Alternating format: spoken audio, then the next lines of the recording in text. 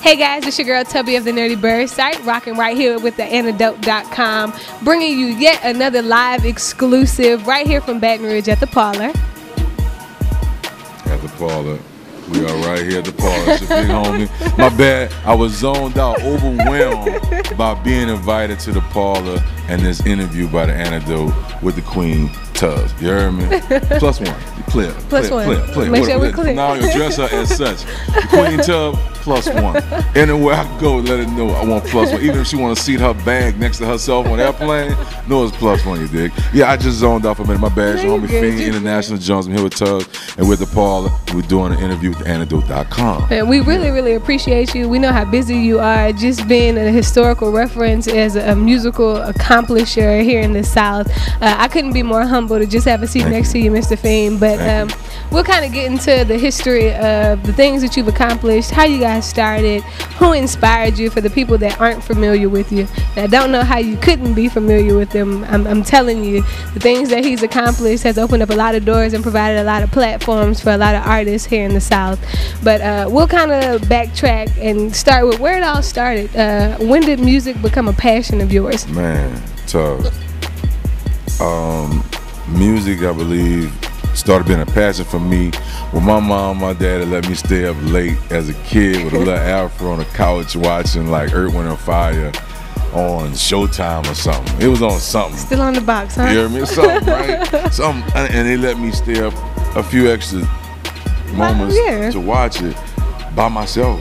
And you just got that. And yeah, man, I saw the outfits, the crazy outfits, and all these men together as a brotherhood, all in sync, you know, these horns, you know, and I was like, wow, you know, sitting on the couch. I think that is where I can recollect right now what made me say, whatever that is, I like that a lot. Yeah, I'm trying to do that. Yeah, those players got something. They're on something, yeah. Now, being a New Orleans native, you're not shy of music. The experience of music, the culture of music is kind of prevalent in your face everywhere you go, from jazz and blues to the introduction of hip-hop in that sense, and even bounce music. Right.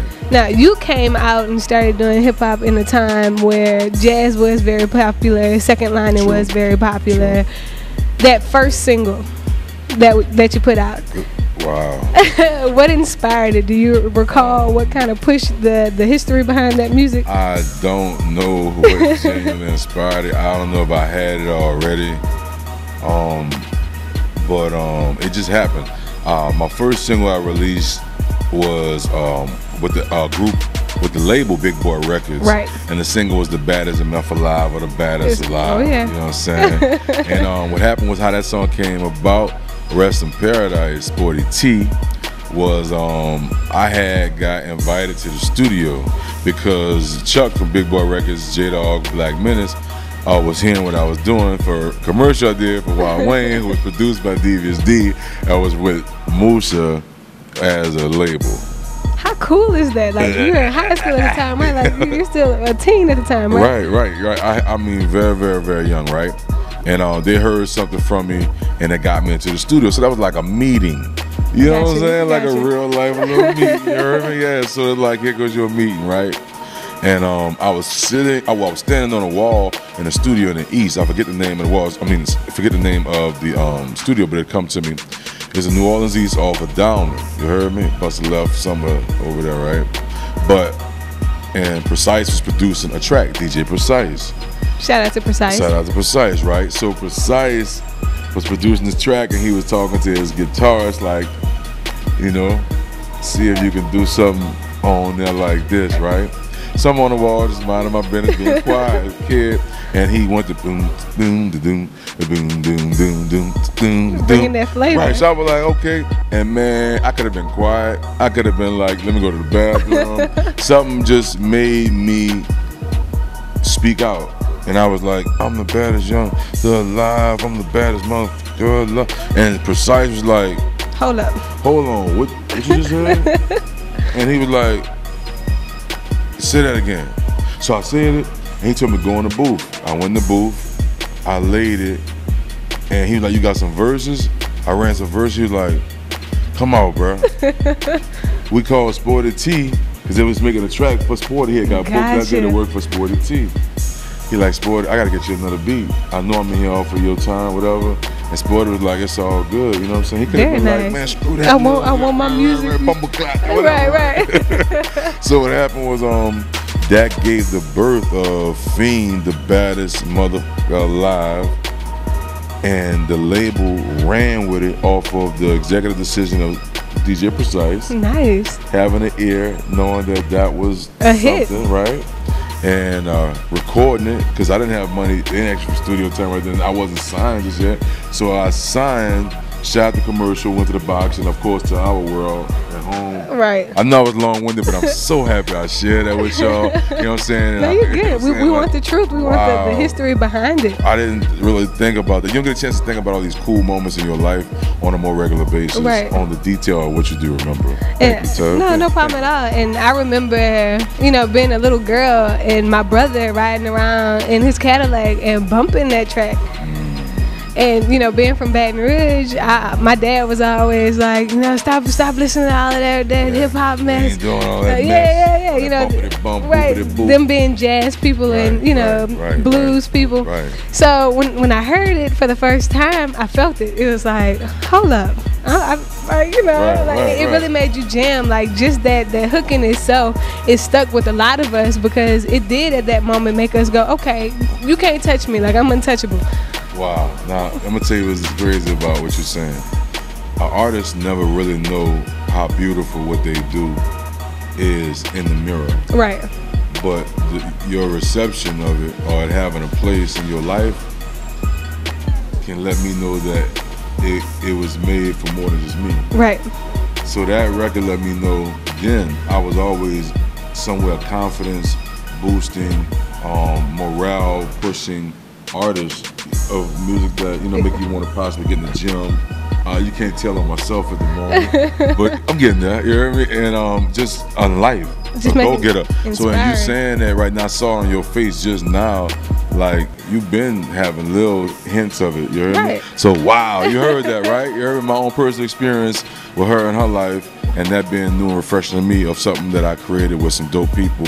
Man, in the early 90s. And it was just natural for you. Like you said, it wasn't planned. Like you were just a kid on the wall that was exposed at the time. Right. Now, coming out of that, you get this taste of success because it became a popular thing. Like that track did bump all through New Orleans. It made its way through Baton Rouge.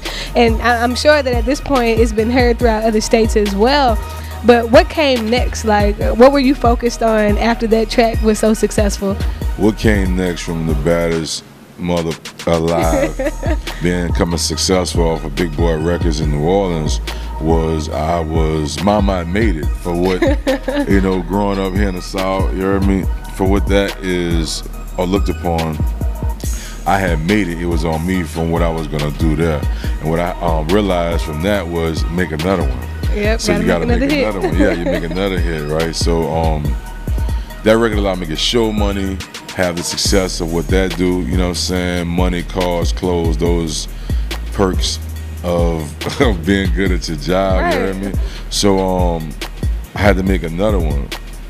Unfortunately, me and the company bumped heads. Gotcha. Okay, most people, I don't know if they knew it or not, we bumped heads and we wasn't seeing eye to eye on something. And I'm not saying this to give a down looked upon version of myself or them.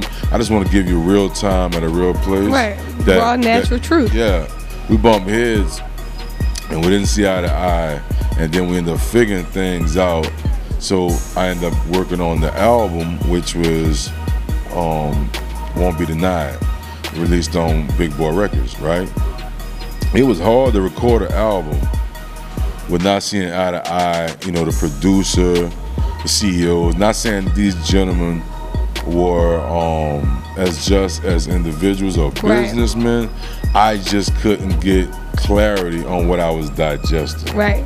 For facts. And just being able to create and be authentic in your own realm. Yeah. I don't think a lot of artists realize that when you do sign to record labels, they do have a certain image or a certain sound that's ideal for them on behalf of you. So it kind of puts you in a box. Right. And I'm going to tell you, I want to come back to that. Okay. Because I haven't heard that before that much up front. from a record company. Gotcha. It's the opposite of that. And then they express to you what they feel, what you just said, but without verbiage. Right. You know what I'm saying? So I wanted that. That's very, very smart. I want to come back to that. We figured out a solution, and honestly, I didn't think I was getting the best production I could get out of the people I was working with, because they kind of had this nasty taste in my mouth. Gotcha. You know, they were part owners involved, you know what I'm saying? But I still feel like we contractually fulfilled the obligation, and we did some dope stuff together, which ended up being a dope project. It was. You know what I'm saying? But that was just a real place, and I would hope to put that out there for any artist, whether it's a producer, CEO, going through something like that, and thinking that you got to really shut things down and can't work with these people. Communication with the nation, you know what I'm saying? Right. So yeah, that's what happened, and I ended up doing the album, and the shows wasn't more as piped up as they should have been. So I felt like that the beats were more like, let's say, for example, not comparing myself to Nas, but people feel like Nas don't have great beats. That's a public opinion of some majority somewhere. Right. So I didn't feel that a lot of tracks that on my project Won't Be Denied was enough tracks to make me go get shows, paid shows, like my peers on the label who was making music that was getting them shows because of the tempo, the hypeness, the energy. Exactly. Yes. So I had to continue to do shows to get paid the money I got used to. Right. I had to wipe those tracks out, or not use those tracks to perform. I was literally doing mixtape before I even knew mixtape was. I was taking other people's beats, rapping over their beats for my shows to continue to get booked shows, and get that to keep energy. the people going, to keep the energy going. And still a lesson learned. So yeah, that's what happened. And that's cool. It gives you the authentic experience that, like you said, you still have to be able to work with people when you disagree. And you still have to be able to find that authentic realm. And I think that it's a beautiful thing that you did look at it and go, okay, this is the music I've created. This is the music I've recorded. Right. But at the end of the day, this is the music that I have to make sure I stay relevant. Right. Correct. So coming out of that time frame, when you finally did decide to part ways, and it was like, okay, I appreciate the opportunity, I appreciate the experience, but this type of music isn't for me. Right. When did you decide, okay, I'm either going on my own, or I'm looking for another record label, or did you put out another mixtape? What followed that transition from that first album release? For the fact, the companies wasn't so much bad, right? Because we really gel. Every company I've ever worked with, we gelled. You know, as far as our vibe. You take it for what it is. We I evidently I just felt like I had to grow, and you know, the environment got tainted some kind of way, and I didn't know people could go 150 for me like I'd be willing to go for them. Right. You like it to be family oriented, or it feels like work. That's true. So later on, we end up even working on some recently before Chuck passed, you know, Rest in Paradise. Charles Temple from Big Boy Records, he had passed a while ago, and we was working with each other, you know what I'm saying, and we had some real cool conversations, and he was like, always telling me he was proud of me for being a businessman that I am. Young as I was, to know that something wasn't right, so I had to do something about it, instead of making the environment tainted off of whatever I'm feeling, whether I was miserable, whether I wasn't happy, whether I had a drug problem, which these things don't apply, just to keep it real, just giving examples. Of course. But like, why taint the environment if something we're not seeing eye to eye on something? Of course. Right. So that was cool, man.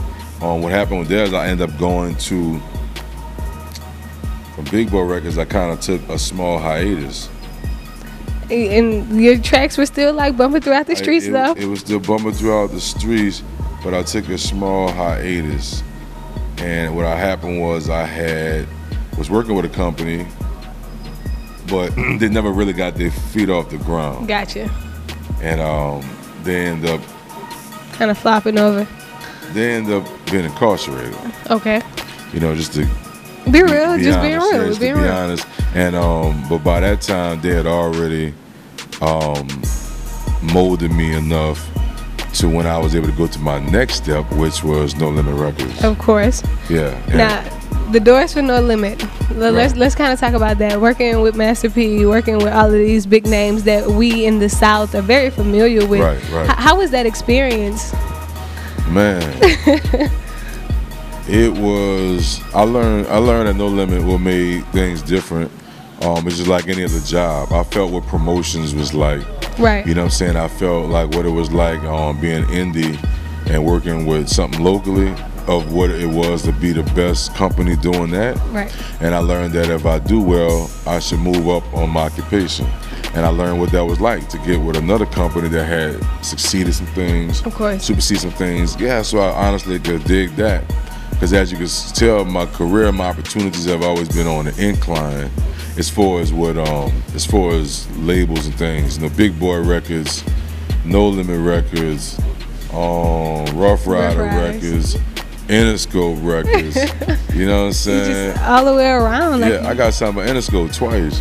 You heard me? I got so many awesome opportunities. You heard me? Like, genuinely. But I got to No Limit and everything was crazy. I got around that vibe. Beats by the Pound, KLC, Moby Dick, Odell, Craig B. Additional members were Carlos Stevens and I think I mentioned Odell. Yeah. Okay. So yeah, and we put Desmond and their family together. You know what I mean? And it was crazy. It almost couldn't have happened as well. I rapped on so many songs on Ghetto D while Master P. Percy Miller was working on his album. I guess motherfucker had no choice. No, you good. Okay. A person had no choice but to get ready for me. Because you were coming either way. Oh, man. And next thing you know, it set up the release of my album, May 5th, 1998. Fiend, that's one in their family. Man, that's crazy. Yeah. And the cool thing about it is when you think about Master P and you think about the whole label in itself, a lot of people are kind of stuck on certain artists, but I always did pay attention to more so the underdog, like the people that didn't get the street cred so far as the radio plays went. Right. But it's because, you know, being in the South, we're more mixtape oriented. We like to hear raw, real music. Right. So did you find that at this time you were able to actually make music that was more your style of music, like, or did you still have to kind of work with the idea that it's not all your sound? We had at No Limit, we had a core area of where you would stay on putting project together. Like, you know, you had those specific areas we like to touch. Little guidelines. Make the specs, you know what I'm saying? You know, hit the windshield wipers. Yeah, make sure they keep them clear. Hit your blanket. Hit the brakes one time. You know what I'm saying? We had those little things. Don't go too far. Yeah, we had those things and elements that I believe that P had mastered. Right. No pun intended. Right. No pun. He mastered that. Those are the specs that need to be met for his fan base, and the fan base of people that he's looking to get. That's the frequency where they at.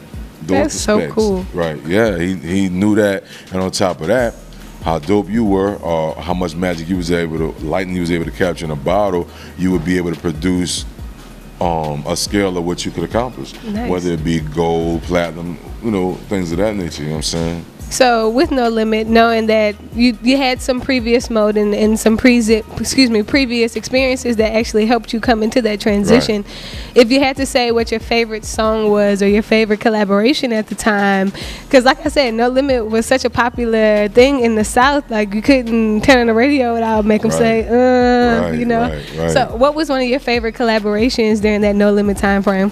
One of my favorite collaborations had to be, it's a couple. But you saying my favorite. Oh. Yeah, look, and if it's a couple, we can list them out. Like, okay. Let us know. Okay. One of my first dope collaborations, I was like, this is too cool, is the one I recorded with Mia X. Nice. She invited me and Mac to get on her album. That was ill, right? Secondly, was having P tell me now as one of his favorite artists when getting on a song with other artists that wasn't on our label. get him. To have him still in that world, you know what I'm saying? Hyping that energy up. Man, what? Let me get on songs. You hear me? He be like, Fiend on that one too? Let me holler at you. Kill him. He said, I ain't got nothing else to say. Like, it's understood. Yeah, that was ill. And third and fourth would be the first joint I did with UGK. Very nice. Because I felt like I've been around them since I was 12. Most people would know that I've been around them, but to be able to be a kid growing up to them and being a fan, and then not only being friends, still in the music business and doing records, like, you know, like you want that type of acceptance of a peer. Of course. And man, I won't forget them days, man. Like, I should have been on that Pimp C Talk to Me. They got some show out there right now talking about Pimp C. I just, you know what I mean? I should have been on that, bro. Me and Pimp got some cool stories. You know, we're gonna come back to the tub. No, that's fire. Yeah, I'm talking about, bro. Man, before we got married, man, we were dating like girls that was sisters. So I just see him at everything. You know what I'm saying? What you doing? I was on, little bro. You know what I'm saying? You know what I'm saying? Yeah, right. So yeah, man. But this is like way before too. So I don't want to, you know. Yeah. No disrespect. This is the history of the man. You know what I'm saying? Yeah, this high school. You heard me? But on that and the Snoop record. Oh, very nice. Right, I think a lot of people forget about that collaboration with Snoop. Who got that fire? Now, how was that experience as well? You know, again, watching as you're growing, you're watching these people that are excelling, and they are on the TV as well, and they are being played nationally, and if not worldwide. When you actually get to collaborate, how was that whole experience with Snoop? The whole experience on getting a chance to collab and vibe and work in that same energy of somebody so dope we all look up to, or he had some type of experience in our life at some party, some growing up, something. Of course. It was dope, man. It was dope, man. Like, Snoop came to No Limit like in the middle of the night. You heard me? And like, and like out of nowhere, this dude, this idol, is sitting in the office and y'all vibing, kicking, catching up, getting a chance to meet each other, you know, whatever. Of course. And then, you know what I'm saying, and we just went to work, and we get songs before that, but that was a song that him and I was on for my project. Me and Snoop worked a lot. They got a lot of unreleased stuff with me, him, me, Mac, and Master P got an album we was working on and never came out. Like, just real records about real conversations that certain releases wouldn't permit. Gotcha. He could talk about certain things because he didn't have to wear the hat as the CEO so much on this. He can give these young dudes that's like got their foot in the street and the foot in corporate office, and he was loving that. Of course. He was walking on us talking about something. He's like, man, what the hell y'all up to? What are y'all talking about? Yeah, so those were the records that gave you Streets Keep Me Rolling. You know what I'm saying? The records that gave you Bourbons and Lax. You know, records that gave you Make Them Say, the If I Don't Got Us. You know what I'm saying? Like, no matter where we went, we were speaking for us, and our accent, our wave, our frequency, our texture, our fabric is so rich and authentic. Oh, anywhere we go, people know about it. That's like telling somebody about Japanese cotton. Like, that's one of my favorite fabrics to use in my clothing company. It's soft, it's rich. You know what I'm saying? That's how I feel about, you know, texture. You know what I mean? Durable yeah, too. It's quality. It ain't over mass promoted. Gotcha. Because it could be, any brand could use that texture. So one brand ain't using it, you feel me? So that's the blueprint. Oh man, it's like the blueprint for everything. Yeah, that is, no matter where you go, you're gonna get that. Oh, say baby for me. Or say you make groceries. Just the way you sound. Yeah, so I dig that. I like our legacy. It's time. What I liked about the whole No Limit thing, the Snoop thing, we kept going on the incline about business, our business moves, and it proved that, you know, because you could think your partner nice with having a car wash. Just as examples. I'm from the South, from New Orleans. I give buku examples about all kind of stuff. You heard me asking, pertaining to one question, but you're going to get and feel what I'm saying. Understand me. Not trust me, but trust me. You're going to get me. Understand me. Understand me, you heard me? So your partner can have a car wash. Mm-hmm. He could be cold. Everybody know his car wash ill. So you can wash your own stuff, but people gonna know anywhere you go because of your neighborhood that got value to their neighborhood. They gonna know when you out, oh, he ain't washed that. Right. So if it's about stunting and everybody being of a spec, gotcha, certain specs, we gonna get it washed by him. We're gonna get our hair cut by him. That was what we did with the brand No Limit. No matter where we went, it held value. You're doing the Snoop thing, that collab brought it that much more to value because Death Row was perceived in a certain way. Right. That brand too, it had it attached like a family tree. You got Tupac, Death Row, Dog Pound, you got Danny Boy, you got Jewel, you got all these pieces of fabric that were rich to us. Right. So to be attached to that, that's why we do collabs with people. I want you to know I'm on that level or better. Right. Too. Yeah. So. And I get the same respect because if they're willing to work with me, they see the vision too. Like we all in the same playing field. I paid that check, but they see the vision too. Yeah, you heard me? That's another thing. I pay for what I want. You hear me? I want you to go tell that story. That's what I learned from No Limit too. I pay for what I want. And I don't have a problem with saying it. Man, what? I bought a beat from Jazzy Faith for 15 grand once before. Was it worth it though? Man, listen to me, boy. I sent the money out so fast. Boy, I sent the damn, the pink slip that come from the money order. It came from the cashier's check.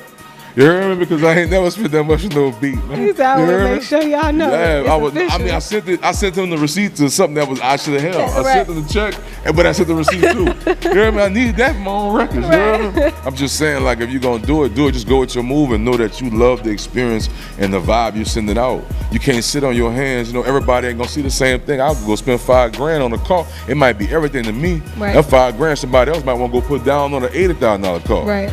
But they still riding, AC bumping, everybody got their own different perception of value. You hear me? It's about you. Before you wear it, put it on, you didn't even know us. Right. That's what made us cold. You want to know what real power is? Show up somewhere and show me 1,000 people who feel something good about you. And that actually authentically love it. Man, listen to me. Business people want to know you're not bullshitting me. Now I got the internet to prove you are a freaking liar. I'm not gonna put my money into you. Right. So when you wanna tell record companies, suck it, like the wrestlers tell them to do, put 1,000 people in a venue, right? Get them same 1,000 people to come to your next venue. Bruh, they won't see ticket sales, they want numbers.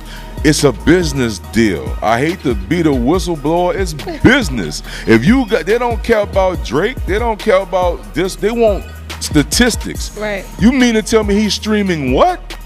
How many people checking for him? All these people. Oh my God, man, listen to me. We are in a day now. You got to use your music as if you're doing music. Right. Of course. Any brand you have to use it. And your texture, what your lifestyle is, as a business card. You know what I'm saying? Say that again. I don't think. You gotta use your wave, your look, your talk, your existence, your energy, your life. You gotta use you as a business card, and your volume of what you put out gonna attract back what you put out. Right. What you invest is exactly what you'll see in precision. So, on that note, I invested a lot of real money into me. Right. People knew I wasn't scared to invest real money into me. That attracted Young Jeezy, Gucci Man, this one. They were like, I heard you spent this type of money on you, right? I had to come see for myself. Right, like, hold up. What I'm saying? Let me see who this brother is. Hey, and I come to find out, people want to be around those people that are serious, like they're serious about themselves. Of course. It's an elevation thing. Nobody wants to be around a person that wouldn't match their hustle or their game plan. It drags you down. You hear this? And get some women around your team. You'd be so fortunate to have smart women around you. And if you could ever get out your ego and let yourself be a boss, you will hear her when she opens her mouth, because it's calculated. Yep. And receive what she's saying with open hands. Like when you pray, I was like, I pray with my hands over so I can receive my blessings. And figure out a way to put what she's saying into play. And you can reassure your fortune and your future in business anywhere. You know what I'm saying? This will build companies. We gotta be a village. And I ain't preaching, I'm like giving real Shark Tank talk. It's brand to talk. you. Yeah, because these guys are more kind of like, they rather get their nuts and fruits and save their winners up for winners than winners and winners to come before they want to tell you to come meet me at a seminar and let me tell you. Right. Let me teach you how. Yeah, you know what I'm saying? This right here, like this is live. That's what No Limit did. No Limit gave me in business. No Limit came to Baton Rouge, created an incubator system, which is used in Silicon Valley by Elon Musk and Mark Zuckerberg. You heard me? You see my trap phone, stay jumping. That's what's supposed to happen when you saying? popping. I got portable yam house. You heard me? Like, this I'm trying to tell you, I was able to, you know what I'm saying? Like, you feel me? We started playing with words, man. One of the fools are playing with birds, bro. You know what I'm saying? You heard me? You heard me? Real respect to them dudes that opened the doors, studio doors, because we couldn't pay with that with our grocery store money. And mama giving me $100 talking about the last year month. I'm about to flip this, about to acrobat flip. But yeah. I gotta make it through. So this is what I love about hip hop today. We took real hard times and we went in the bank and we came out with it not only cleaned, right? It was new money, universal money, and experiences, and it's a tree that people can live off forever. An example, a foundation and a blueprint that a lot of artists don't even realize was already laid there for them, and they're just kind of repeating. Bruh, why? And I'll be all over, but I'm gonna keep it funky. Why in the hell are they constantly promoting anything dealing with music? What's my man name? He's a singer, white haired guy, Tony Bennett. Check. Right. They keep him alive. They keep him alive. It's not that he has something present. And it wasn't great. If it's your greats, keep them alive. Right. Because you're going to be able to get something from that. You're going to be able to get, that's a bank that you can always be able to go get something, withdraw something from it if you really, you know what I'm saying? That's Dolly Parton, they do that. Even Michael Jackson did it. We got to do that with hip hop. Other genres, they do it with blues, rock and roll. They do rock and roll pop. all the time. I'm saying that to talk about music is genres of hip hop. This now is owned by corporate America in a type of way. Now we can put out what we want, right? But if we start supporting each other, we can control where the dollars go. Of course. You hear me? So yeah, you got somebody you into locally that you into, an artist, support man. Them. Support them. Come together, put a plan together. You hear me? You want beef with somebody? Meet somewhere like on some Don King shit. Yeah, networking. Look, is bro, I'm important. gonna dish you tomorrow. You know what I'm saying? And you just come back and talk about you gonna do me this. I'm gonna like show I'm in Walmart looking for a BB gun or something. You know what I'm saying? And we could just, I mean, to me, and make real money off of it because that's not. It's crazy. You should be on. Don't let nobody make paper. Yeah. No, you're just giving real game. Like a lot of people don't realize how important it is to work together to be successful. Most people gonna charge you out the wazoo for this shit. I'm telling you. It's cool. Like that's the whole point of exclusive information is taking people that are successful and them laying a foundation where you're able to learn the things that you need to know to be successful. It's a difference from when you're free. Right. And like if I gotta take time for something that's doing X, Y, and Z, it ain't no point. It ain't, you know what I'm saying? No point even sticking to it. Yeah, because it ain't just about the money. It's just you want. It's I was telling a little homie, energy and time is in one pocket, and you got cash in the other. You know which pocket I'm going into to deal with you. Right. If I'm spending a little cash, or if I'm giving you the game, like let me know. Or a little bit of both. Like it might be half and half. So I ain't putting nothing in it. I'm just trying to take it out of it. Right.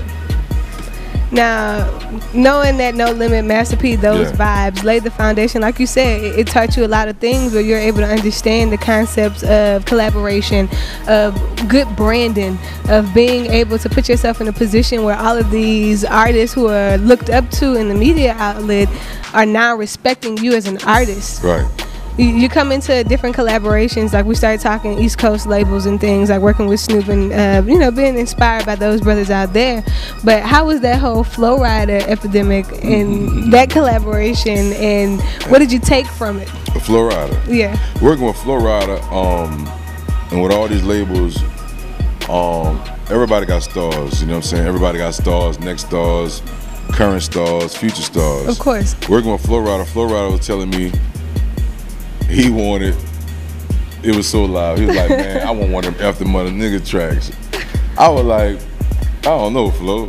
You know what I'm saying? You sure you want that? That's what you want to do? He was like, nah, man, that's what I want. I guess I think he wanted something big in the club. Gotcha.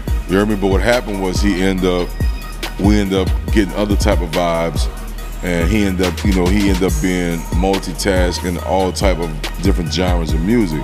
So he just killed it, man, and he caught on. apple bottom jeans, boots with the fur, stuff like that. He just killed it. He found these party records or these up-tempo records, you know, that have nothing to take away from what is he a good rapper? He's a dope rapper. Of course. Sometimes it's just good to find your niche. You know what I'm saying? Find your niche and be great at that. And I think, man, he killed it. Everybody, man, working with artists, not saying just Ruff Ryders. Where I'm at in the place in it is you want to see hip hop last another X, Y, and Z years. So that's what you go off and collaborating on anything with first, on that foot, and the money, you know, y'all can figure that out. Right.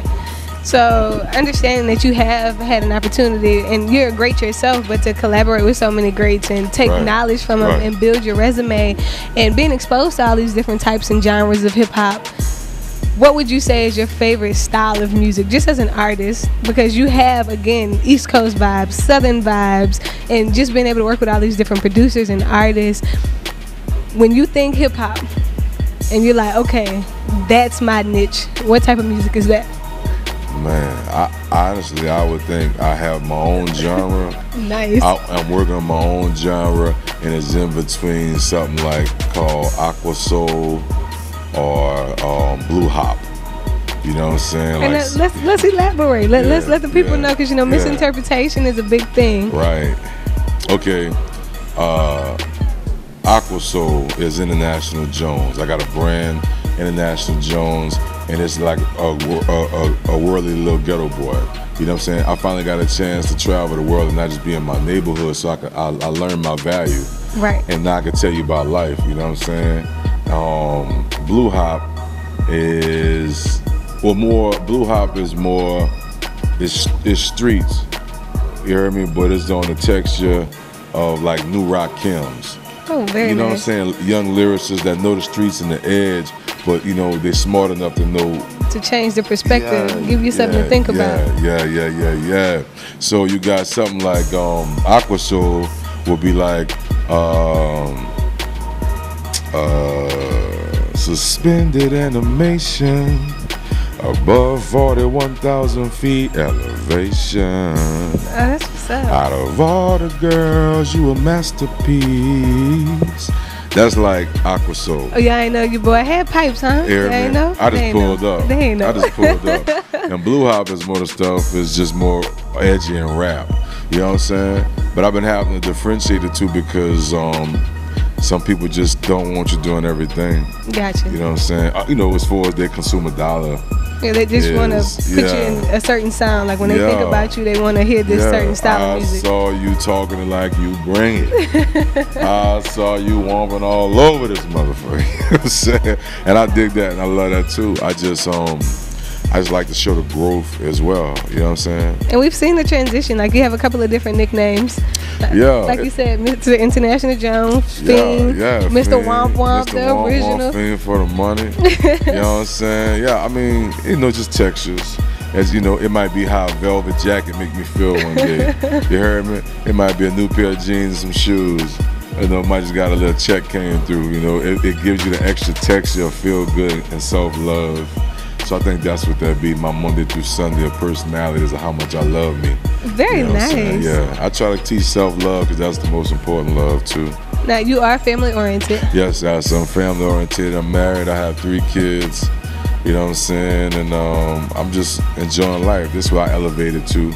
I've been blessed that my ancestors took a whole lot of L's for me to get these W's, you know? I know that's right. Now, when you talk about being a father and you talk about being a husband, I love to kind of touch bases on the fact that ideally a lot of people don't think that you can juggle both. Like you can't be a successful artist or a successful entrepreneur and still be an adamant role in your household or an in-your-face, hands-on father figure. So over the years, and I know that it's taken the time for you to kind of get your feet set and everything, but that transition, how do you juggle the two? I just want to be a good man. Shout out to Neo for that right there, you heard me? It's Snoop Dogg kind of laid it best for me, you know what I'm saying? Made me know, him and his wife, made me know that it was okay. I could have a life in the music business and a wife and a family. Touring with him, seeing that, let me know, like, you know, it's gonna be what you make out of it. You know what I'm saying? Like, you know, we all get weak You know what I'm saying? It's just you can't get beat. You know what I'm saying? You gotta keep it real with yourself. You know, communication, rule the nation. You know what I'm saying? Everybody's couple or family or village gonna be different. Of course. You know what I'm saying? But you ask me, just study from the greats. Ice Cube, his wife. You know what I'm saying? Like, these are people I was paying attention to. You know what I'm saying? Like, you know, that'll help you keep that in a healthy that if you want that. Ideally. Yeah, everybody different, man. If you're in the public every day, all day, when there's no space for personal nothing, and I don't know, and there's chink in your armor somewhere, then y'all might have to deal with those things. Those small issues that come about. Yeah, but nah, man, like, I'm an artist. You know, you gotta love me and everything that come with it. You know what I'm saying? And if they're different people, you can't judge. They might have a dude, he might got 7 wives. If that's his thing, that's his thing. It might work for them. Right. You know what I'm saying? You know, shout out to the polygamists if that's what y'all doing. I ain't sharing. Yeah. I ain't sharing. Look, and if you're monogamous, that's dope too. Everybody's, but the thing most important is that all these people can exist. Right, and coexist. Yeah, and we shouldn't judge. We don't. And right, and enjoy your life. And as long as there's an understanding within what's going on in your village, right, nobody else has any room to say anything about it. So you're not going to have somebody that got all those wives look down on a man with one wife, and you're not gonna have a man one wife look down because they both know that they're a great situation. Right. So that's what I'm saying. I juggle it well. You hear me? I do okay. I think that's cool. Like having 3 kids, I'm sure that you have a few of them kind of taking after dad and wanting to be artists in their own right. Yeah, I don't show them a whole lot of stuff on me. Okay. But my family do, and I guess it's dope. You know what I'm saying? Because my son is messing with me. I called my mother-in-law. She was watching my kids. And I'm like, you know, she's like, I'm gonna put him on speaker for you, you know what I'm saying? My little man, he's 6. My youngest daughter, she's 10. My oldest daughter's mid-18. Very nice. Graduate from high school. Thank you. Congratulations, Thanks, honey. Mama. Thanks, Tug. So picture, he gets on the phone. My daughter, my 10-year-old, like, oh, hey, Dad, you know, what's up? He in the background, oh, what's up, Fiend? What's up, Fiend? What you doing? Womp, womp. I'm like, oh, you got jokes. Oh, you got jokes. You've been exposed. Yeah, you got jokes. And it make me say you can't, like, you know, you don't want your kids to, I don't want my kids to drink all of that, not know how to appreciate it, right. And just instead of just saying curse words and things. Not to say all my music got that, but you know what I'm saying? But it's awesome. I love it. I'm happy for the experience, and I'm hoping that other cats know that they can get that. I love seeing all hip-hop couples, entertainment couples, Fortune 500 couples, just people, if that's what your thing is, celebrate y'all, you know what I'm saying, but celebrate responsibly. And be successful in it. Yeah. Now, knowing that you've been such an inspiration when you think about the South, and you think about the legacy of hip-hop, because we do have our own sound, and you know, a lot of different areas have come in and kind of taken the culture without giving us credit for it. But being from New Orleans, again, being exposed to all these different types of music, for the younger generation, if you had to give advice when it comes to the new music scene, what advice could you give for them to even come close to some of the things that you've been able to accomplish over the years? If you want to be successful in this music business, you gotta have, it's better to have all your eggs in a bunch. You have all yourself together, and so when you can have everything, you can know where everything is. Right. Instead of having to play catch up. You know what I'm saying?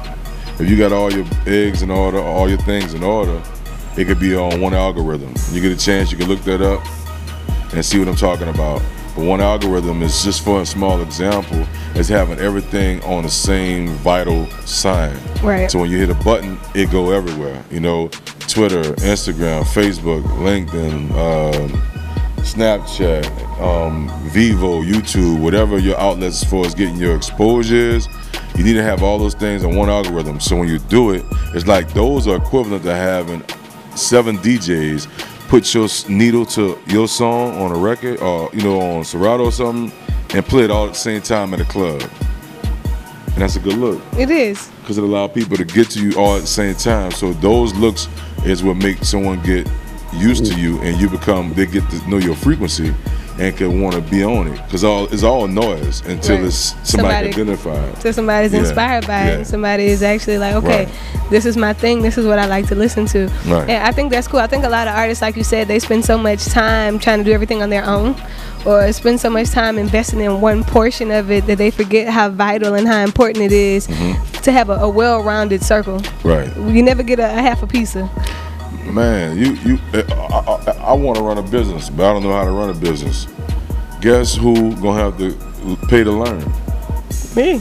We'll have to invest and go to business classes and understand what it is. Now look, you got two ways you could do it. You can go to school for something that could teach you this, and you could pay $25,000, $80,000, $150,000 a year, right? You don't want that debt though. Right.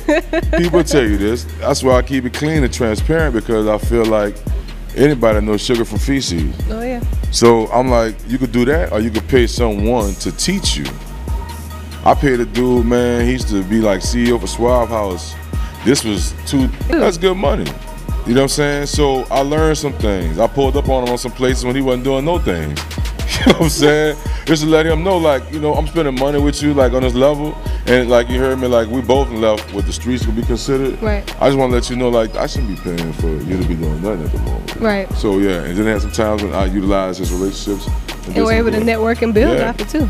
I feel like this here, man, all you could do is be the best. I told homie earlier, I don't change my own oil. If I did, I would save myself whatever, $19, which the quick stop. I could be on a 5-minute oil laptop. change. I could be on a laptop reviewing tracks. I could be doing tests for school. I could be doing things. You know, it's about learning which pocket to go into. Of course. You know, that's what make you successful. What make you successful is knowing how to procreate money. Knowing how to spend money, knowing when to save money will make you successful. Because if you're looking to get a check, you're looking to be famous, you can just show your naked ass all day on the internet and hope they just shut it all day. Right. You know what I'm saying? Everybody can Here's share it. day 37 of my naked ass. Just want to share it with y'all. I'm turning it to another angle today. Here's day 103 of my naked ass. And I'm just checking in with y'all today. I don't know if you've seen this angle. I'm turning to a different point. Here's day 364. And you just dropping knowledge like it is what it is. Hey. Now, a lot of people don't know this about you. They may know you as an artist. Yeah. They know you as, like I said, a historical reference that's able to lay the blueprint and the foundation for a lot of things here in the South. Thank you. But realistically speaking, you were actually an A&R for Atlantic Records. Yeah, I got a great opportunity to be an A&R for Atlantic Records. Working with some dope people over there, some real dope people. Shout out to Aaron B. Shuck, Mike Karen. Shout out to Damian Eden. Shout out to Musa Hamdan. You heard me? We put together some great records, worked with a lot of great producers, and gave hip-hop some great songs. Nice. With some open-minded artists, you know what I'm saying? When PMC came home first time from jail, the first collab that he did was with T.I. and Bun B with a track produced by Manny Fresh, which was redoing the front, back, side to side for a T.I. album. I was responsible for that. How cool is that? Right, I got a chance to do that.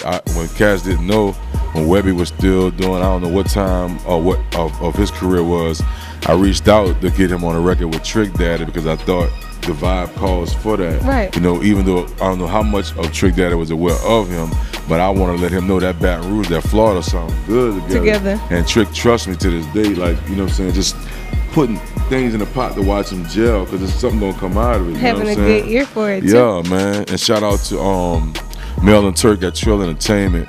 We worked with each other a lot. I worked with Lil Trill very, very early on in his career. And I've had the blessing of being a writer, producer, an A&R, to be able to get with companies and just facilitate.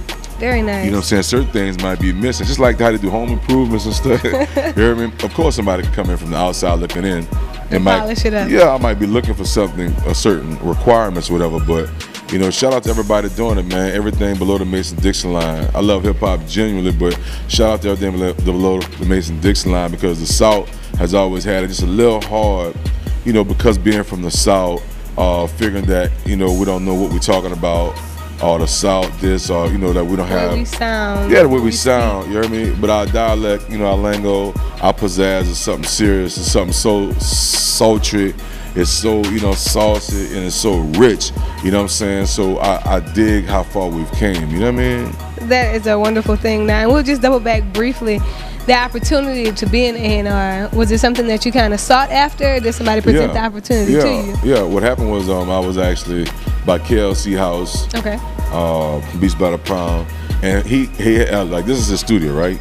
He has a bathroom right here. You know, basically tub, toilet, little vanity, whatever, right?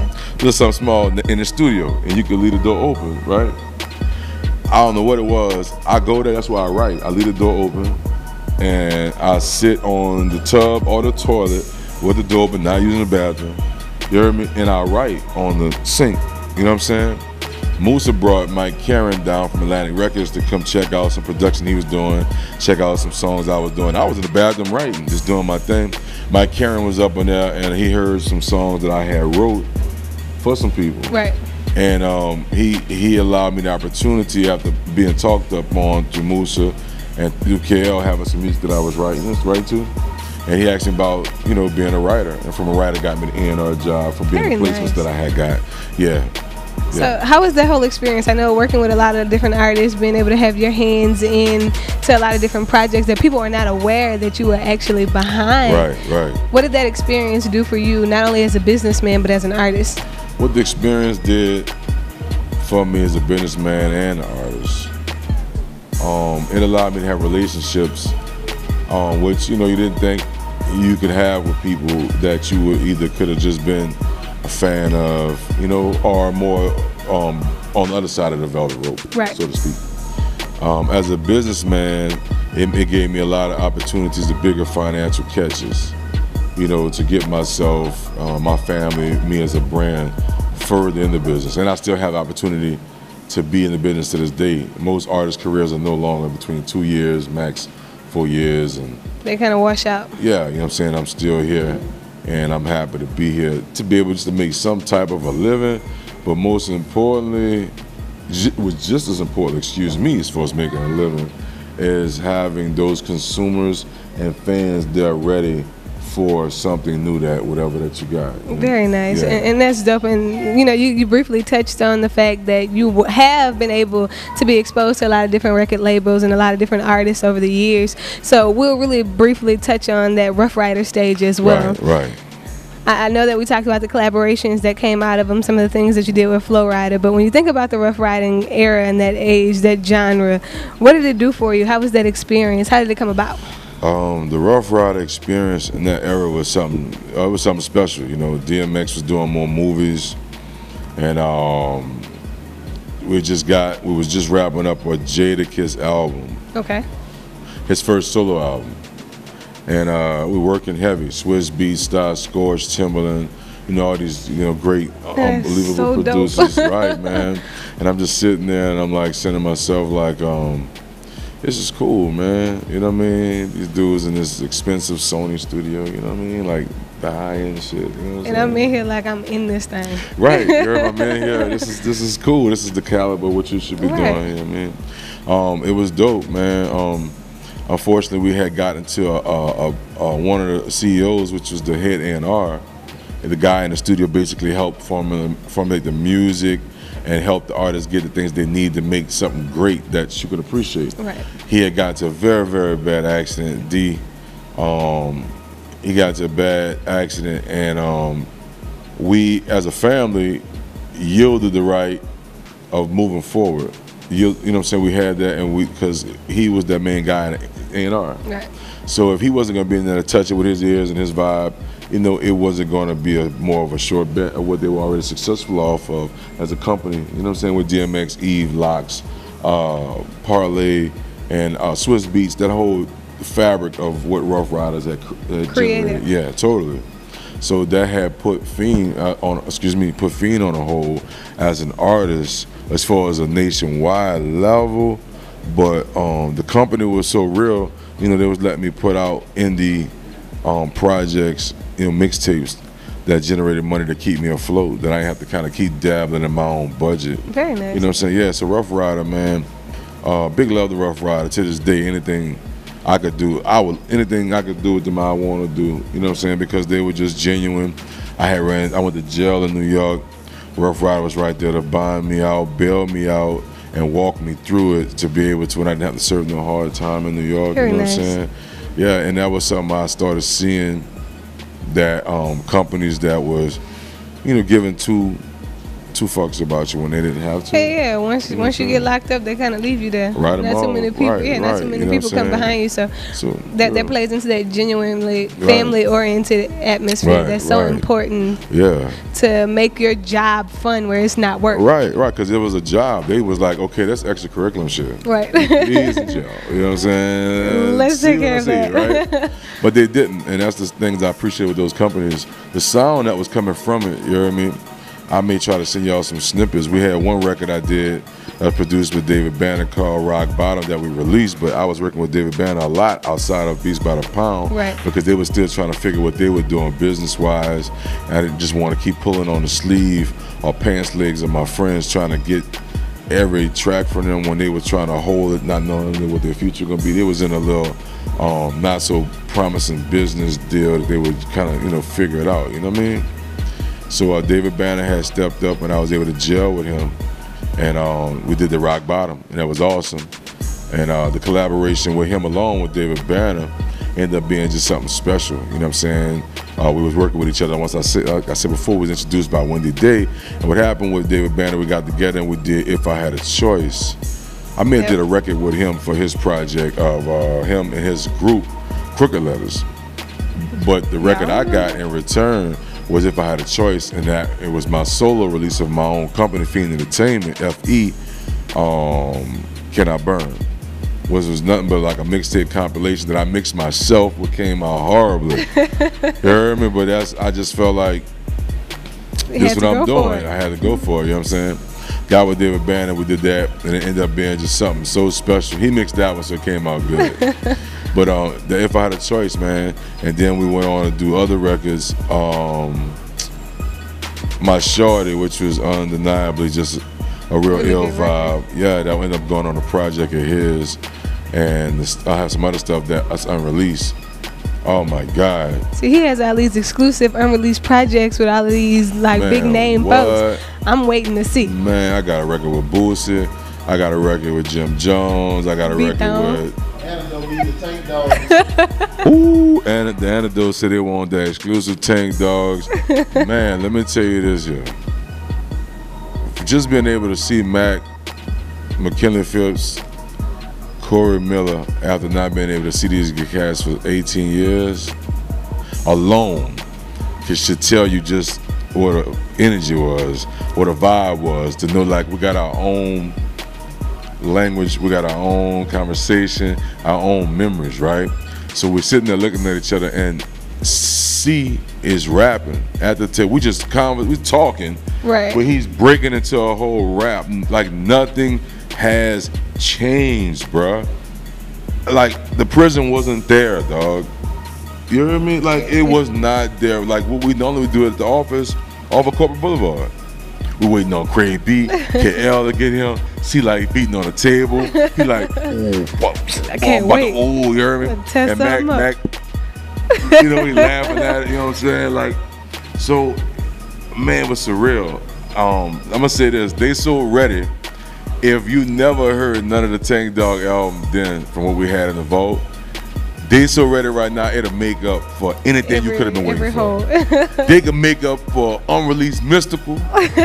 Mac and C alone can make up for new release Tupac. Everything. You hear me? Yeah. Oh, bro, they ready. Oh, they so ready. Well, look, we're excited because I'm looking at it like in the near future, you guys need to be doing a documentary. Oh my God! And letting us get a taste of all this unreleased. Man, listen to stuff. I've been throwing hints of little stuff on my IG page. I got something for you. I got footage. I got things that people just gonna drop their mouth. They just have no idea what we've been through. See, we just look like, okay, we showed our law, but people don't know what we've been through. Right. You don't know what it's like to have 50 brothers of this nation outside your tour bus wanting a donation. We ain't get the memo.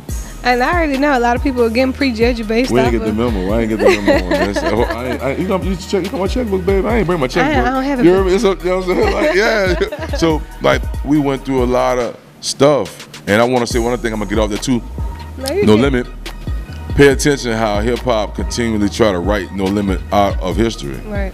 Because you can't be shown the dude that had an 85-15 split or 80-20 split and he made like $400 million in 3 years, and you could do it too. Like, that's why would I give you them examples? Of course, I don't want you to be able to reach those heights. Yeah, so pay attention. And I don't want, that ain't a color thing, it's a bad versus good thing. Yep. You know what I'm saying? Because if I that Mason Dixon line that you could do it like that, It's all an y'all, elevation. yeah, it'd be a whole bunch of Jed Clampets. Yep. Everybody Jed Clampett. You Jed Clampett, I'm Jed Clampett. You know how that go. They don't want to make room at the round table. No, that's too much of changing the probable causes of statistics. So yeah, you know, I just want to drop that. No, in that's a little knowledge. That's sauce. necessary. Yeah, a little drip. Make little sure drip, you understand the history of hip hop to be able to continuously to make good hip hop and be successful. We gotta take care of each other. That's what I love about Ruff Ryders. I love about No Limit, Cash Money, Suave House, Rap a Lot, QC, Blue Moon, whatever Breezy's label, Rock Nation. That's what I can appreciate about these companies. I know there are plenty of other companies I haven't named. Trust me, it's love for y'all too. I'm only giving them examples to say we gotta nourish our artists, our talent, Right. our incubator, because you never know who's gonna be the next king, queen, butterfly, unicorn. Of course. Yeah, you know what I'm saying? And I give people the example, of the example of Lil Wayne. Lil Wayne was nourished at Cash Money Universal, and that's what happened when they nourished it. They nourished, let that artist, they gave that artist everything evidently. Yeah, so, I take notes of that. J. Cole evidently got what he needed from Rock Nation. So look what happened. Yeah. And TDE gave Kendrick a platform. Look what happened. They elevate, and it's not always just about being given the platform or the nourishment either. It's more about paying attention to it, learning from it, taking what you need from it, and really getting out there and putting in the groundwork as well. And I don't think you guys realize I'm sitting next to the boy right now. Like, he the plug. Hey, bro. Everybody think it's Migo. I ain't, you know what I'm saying? I ain't pointing no fingers. I'm going to tell you what she mean by that. I'm a living, breathing conduit. Yep. I'm a bridge. This bridge ain't got nothing to do with age. I don't see none of y'all chin checking, chest to chest beefing with the Huey P. Long. I don't see none of y'all talking shady sports with the Mississippi River Bridge neither. Because everybody got to cross it to get where they going. Everybody got to cross it to get where they're going. That's what's up, man. You know what I'm saying? So that's what I'm talking about. Life and love is to keep it real with you. You heard me? I know they got more fights out there you got to do that we're not going to be able to be there for you. So you can save all your energy for those fights. Right. And greet us with love, and let's figure what we can do. Of course. Yeah, you know what I'm saying? Because I figure like that's what we are now. We need hip-hop lawyers, entertainment lawyers, and more sports agents and sports doctors too. Don't think everybody just got to get on the mic. We need sports agents. We need scientists. We need more lawyers. We need, that also exists in the hip-hop world too. And don't be confused, man. NFL makes $6 billion a year. Hip hop making $12 to $16 billion a year. You know what I'm saying? So don't be fooled. You know what I'm saying? There's enough money for everybody to do anything. But if you're not consistent, it won't happen. Yeah, the day you didn't want to go to work, they're about to turn you over the keys to the building. They already found your replacement. You got a company car, a company jet. You hear me? All this here yarn. It ain't even yours. It's yarn. You hear me? All the yarn. You hear me? And what happened? It's the day you want to quit because you acted just on the inside and didn't express yourself. On a bigger note. Just talk, just communicate. You're going to build a whole case up from the job. They don't want me to win. They thinking they a hater. They hating on me. They put me in the box. Man, listen. If they ain't walk in your house, cut off your legs, cut off your hands, and cut out your tongue, can't nobody stop you from doing nothing. They ain't done you nothing. And even then, because the circumstances are put on your lap, I bet you try to figure out a way. I know that's right. So don't wait till somebody come cut off your legs, cut off your hands, and cut off your tongue. You feel me? I keep it funky because I hope it means something to somebody now. Right. And I hope this be like a letter in a bottle, a capsule in a bottle, that it can mean something for somebody, not only with my music, but me, my existence, my presence, my life. You heard me? And sometimes then I wait to interview sometimes. Of course. And no, it's good. I love the history. I love the inspiration. I love the idealism. I love everything that you stand for. Thank you, Queen. And we're going to kind of get ready to wrap up here shortly, but let's kind of touch bases on what you're working on now and letting the people know where they can find your new music. For sure, man. My name on Instagram, I'm 504 Fiend, the number 504 Fiend, F-I-E-N-D. Snapchat, I'm Fiend, womp, womp. Yeah, you heard me? So that's F-I-E-N-D, W-H-O-M-P, W-H-O-M-P.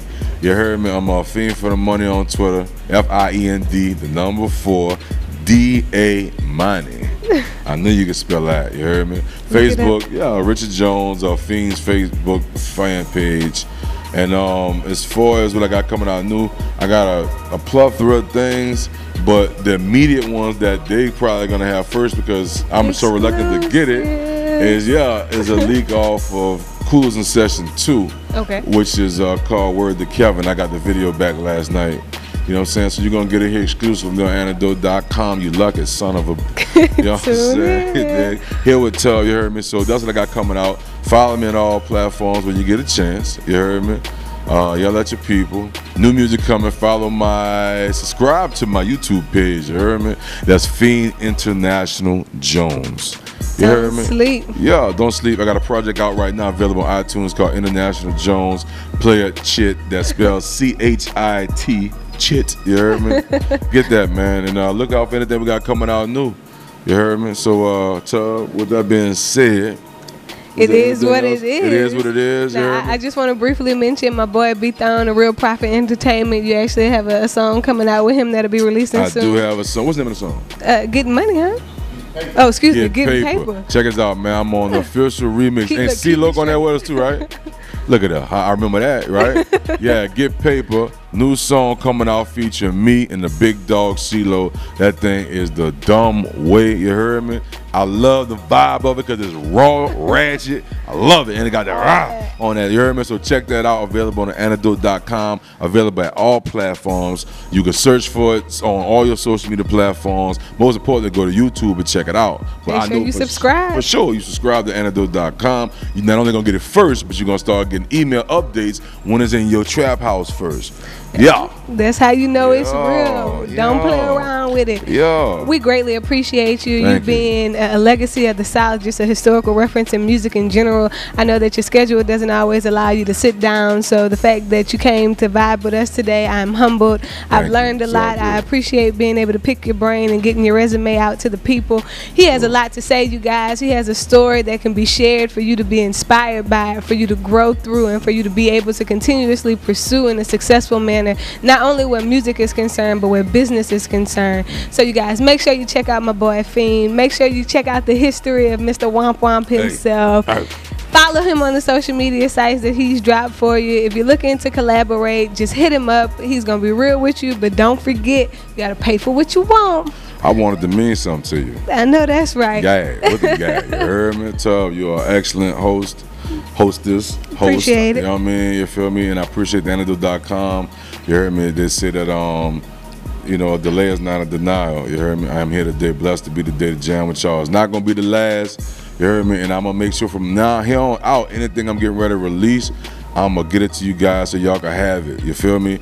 Like, you know, not last, but first, you heard me? Yeah. The exclusives. Yeah. You guys, thanks for tuning in. Again, make sure you subscribe, drop your comments, your likes. Let us know what you picked up from the Master Professor, Mr. Fiend. Woo! He dropped some knowledge on you. When I say dropped it on you, dropped it on you. It's your girl, Tubby of the Nerdy Bird site, rocking with the antidote.com, and we are signing out. Hey, before we go get that download, cop that Fendi P, late nights, early mornings, you heard me. Go also cop that and download it on DepHip.com. That's Spit and Andrew, produced by Harry Fraud, the Marina EP. Play no games, you heard me. And I think that's it, you dig? So 130, it's your neighborhood hero, Jones. Oh, yeah.